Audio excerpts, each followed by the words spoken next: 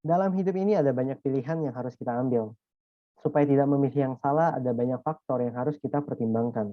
Yang terhormat Bapak Ahmad Zainuddin dan juga teman-teman sekalian yang menyaksikan, perkenalkan nama saya Michael Norbert, saya dari jurusan Business Mathematics Universitas Prastia Mulia Angkatan 2019. Pada kesempatan ini saya akan memaparkan penelitian yang telah saya kerjakan pada mata kuliah Research Methodology dengan judul Pengaruh Pembayaran Dividen Tunai, Leverage, dan Kepemilikan Institusional terhadap Kualitas Laba, yang juga merupakan studi empiris pada perusahaan sektor energi yang terdaftar di Bursa Efek Indonesia tahun 2018 hingga 2021. Nah, apa latar belakang dari penelitian ini? Ya, berdasarkan data Kustodian Sentral Efek Indonesia atau KSEI, jumlah investor pasar modal Indonesia per 31 Desember 2021 sudah menembus angka 7 juta. Apabila dilihat pada grafik di layar, terjadi peningkatan yang begitu besar apabila dibandingkan dengan tahun-tahun sebelumnya. Hal ini menunjukkan bahwa minat investor domestik dan asing untuk berinvestasi di Indonesia sudah semakin meningkat. Nah, oleh karena itu, kebutuhan akan informasi mengenai perusahaan sebagai tempat untuk berinvestasi menjadi suatu hal yang sangat penting. Salah satu indikator utama yang sering kali diperhatikan adalah laba perusahaan. Namun sayangnya, adanya konflik keagenan seringkali menyebabkan pencatatan laporan laba rugi yang tidak sebenar-benarnya. Bisa terjadi akibat manipulasi data ataupun kesalahan pencatatan dari pihak manajemen, yang tentunya akan menurunkan kualitas dari laba itu sendiri. Karena laba yang berkualitas seharusnya menunjukkan informasi yang sebenar-benarnya, yang reliable. Dan di sini ada beberapa penelitian terdahulu yang telah meneliti faktor-faktor yang dapat mempengaruhi kualitas laba perusahaan. Dan 3 diantaranya adalah pembayaran dividen tunai, leverage, dan kepemilikan institusional. Namun sayangnya ya, ada hasil yang menunjukkan bahwa ketiga faktor tersebut berpengaruh terhadap kualitas laba, namun ada juga yang menunjukkan bahwa tidak adanya pengaruh dari ketiga faktor terhadap kualitas laba. Maka dari itu penting meneliti lebih lanjut, lebih dalam mengenai ketiga faktor tersebut dan pengaruhnya terhadap kualitas laba. Nah, berikut adalah rumusan masalah yang dibangun. Ada dua. Yang pertama adalah ingin mencari tahu apakah ada pengaruh dari ketiga faktor secara simultan terhadap kualitas laba. Yang kedua adalah apakah adanya pengaruh dari ketiga faktor masing-masing secara parsial terhadap kualitas laba. Dan kemudian ada bahasan masalah yang ditentukan. Yang pertama dari pemilihan faktor-faktor dari kualitas laba sendiri, tadi ada 3. Kemudian juga perusahaan yang dipilih, sektornya adalah sektor energi. Dan yang ketiga adalah pengujian signifikansi dan hipotesis akan menggunakan bantuan komputasi menggunakan Python, JPython Notebook. Nah, berikut adalah kerangka teoritis yang juga dibangun. Di sini ada garis putus-putus yang menunjukkan pengaruh secara simultan dan garis secara utuh, panas secara utuh untuk menunjukkan pengaruh secara parsial. Dan berikut adalah 4 buah hipotesis yang akan diuji pada penelitian ini. Yang pertama akan membahas mengenai pengaruh secara simultan. Yang kedua, ketiga, keempat akan menguji untuk masing-masing variabel apakah ada pengaruh secara parsial terhadap kualitas laba.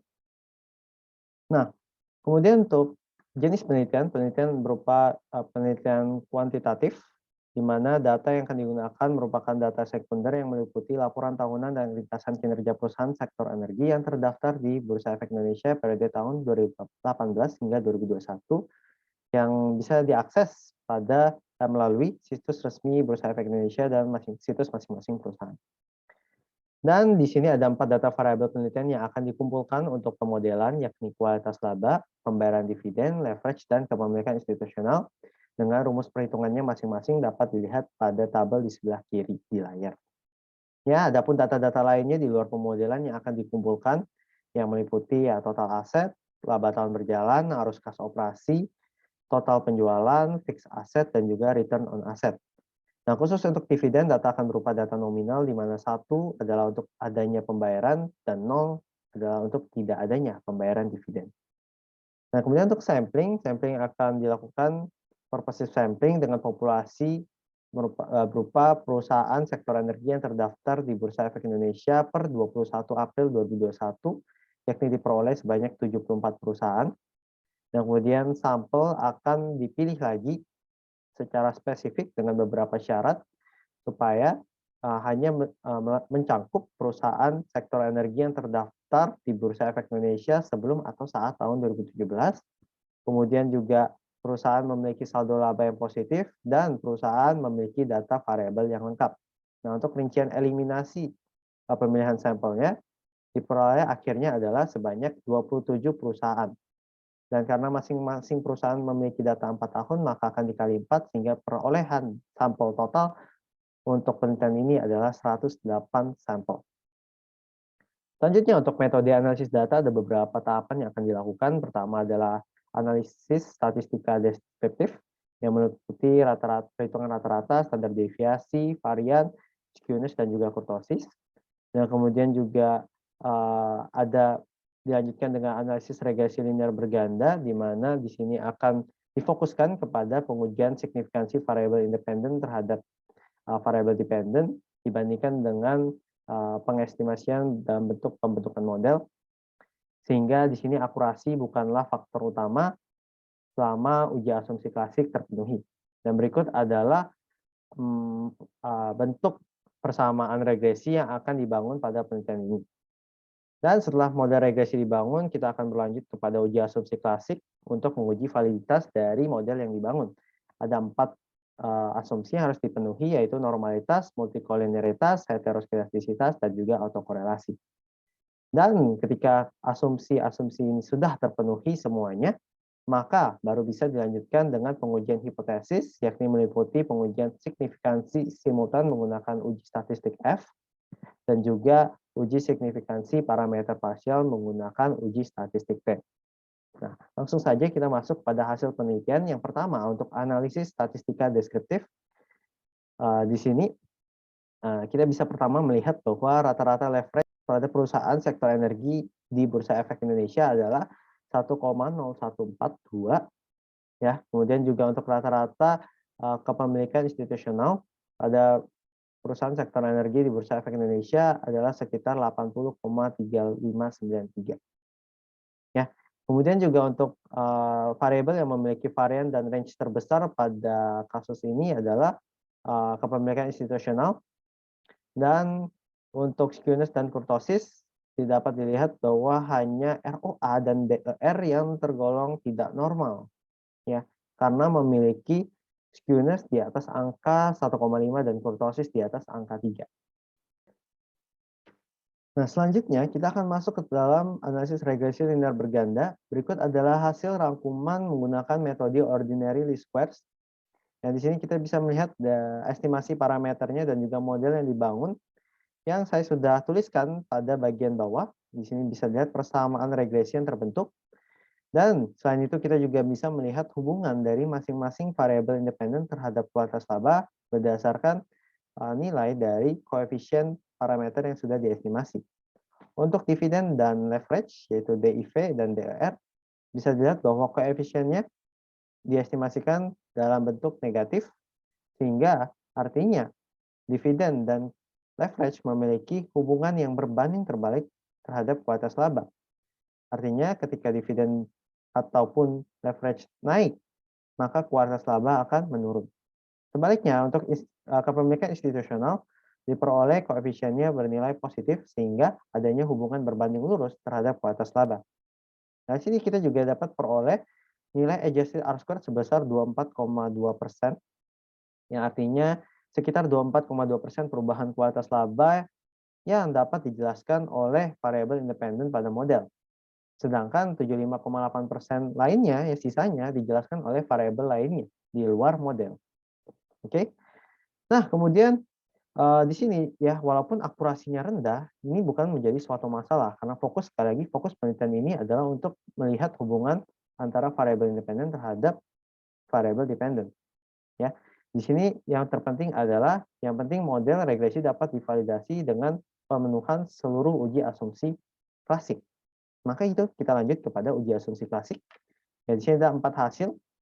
Jadi di sini bisa dilihat bahwa untuk normalitas p-value-nya lebih dari 0,05, ya, artinya residual berdistribusi normal. Hal ini juga didukung dari QQ plot, di mana titik-titik pada grafik bisa dilihat sangat mendekati dan mengikuti pergerakan dari garis kuantil, garis merah yang berbentuk diagonal itu. Dan selanjutnya juga untuk heteroskedastisitas, p-value lebih dari 0,05, hal ditolak, menunjukkan bahwa varian residual konstan atau bersifat homoskedastisitas. Hal ini juga didukung dari residual versus fitted plot, di mana titik-titik tersebar secara luas di seluruh grafik dan juga tidak membentuk pola apapun. Ya, dan kemudian untuk autokorelasi juga masih berada, statistiknya berada di rentang 1,5 hingga 2,5, sehingga residual tidak memiliki autokorelasi yang tinggi. Dan yang terakhir, untuk multikolinialitas dapat terlihat jelas untuk ketiga masing-masing variabel independen memiliki VAF kurang dari 10, sehingga variabel independen tidak memiliki multikolinialitas yang tinggi. Artinya, 4 asumsi semuanya sudah terpenuhi dengan baik oleh modular regresi, sehingga kita bisa melanjutkannya dengan uji signifikansi hipotesis. Ya, di sini ada 2 uji utama, yaitu uji F untuk uji signifikansi simultan dan uji T untuk uji signifikansi parameter parsial. Dan dari hasil penelitian untuk masing-masing p-value, apabila p-value kurang dari 0,05, maka H0 akan ditolak. Nah, di sini kita bisa melihat bahwa untuk H1 diterima, mengartikan bahwa adanya pengaruh simultan dari ketiga variabel tersebut terhadap kualitas laba. Sedangkan untuk hipotesis 2 dan 3 ditolak, namun untuk hipotesis 4 diterima, menunjukkan bahwa kepemilikan institusional yang berpengaruh signifikan secara parsial terhadap kualitas laba, sedangkan 2 lainnya tidak berpengaruh secara signifikan.